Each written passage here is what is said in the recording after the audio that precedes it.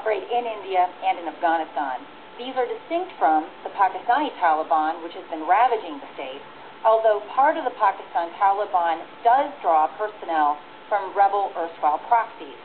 Rather than speaking of militants generally, I focus upon the differences across these groups to understand why Pakistan will not abandon Lashkar-e-Taiba in particular. To state at the outset, none of the groups that I will discuss will be significantly and adversely affected by Osama bin Laden's demise.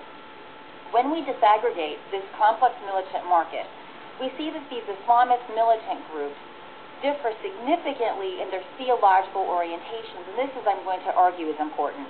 Al-Qaeda in Pakistan and elsewhere is Wahhabi. The Afghan Taliban are Deobandi. The Kashmiri groups actually draw from a number of traditions, including Hizbul Mujahideen, which is Jamaat Islami, a number of Deobandi groups such as Jaish al-Mohammed, Harbatul Jihad Islami, and so forth, and Lashkar-e-Taiba, which is Ahle Hadith in its orientation. In addition, there are sectarian groups. This is almost exclusively Deobandi, who are targeting Shia in Pakistan. They include Sefe-Sabe Pakistan and Lashkar-e-Jungvi. In addition, these groups kill other Sunni Muslims, such as Sufis or Barelvis. They also attack Ahmadiyas and non-Muslims. And then finally, there is the Tehreek-e-Taliban-e-Pakistan, or the Pakistani Taliban. They are also Deobandi. The Pakistan-based Deobandi groups, such as Lashkar-e-Jungvi, are important components of this organization. It's important to note that they are not the same as the Afghan Taliban, although at the level of specific commanders, there is some overlap.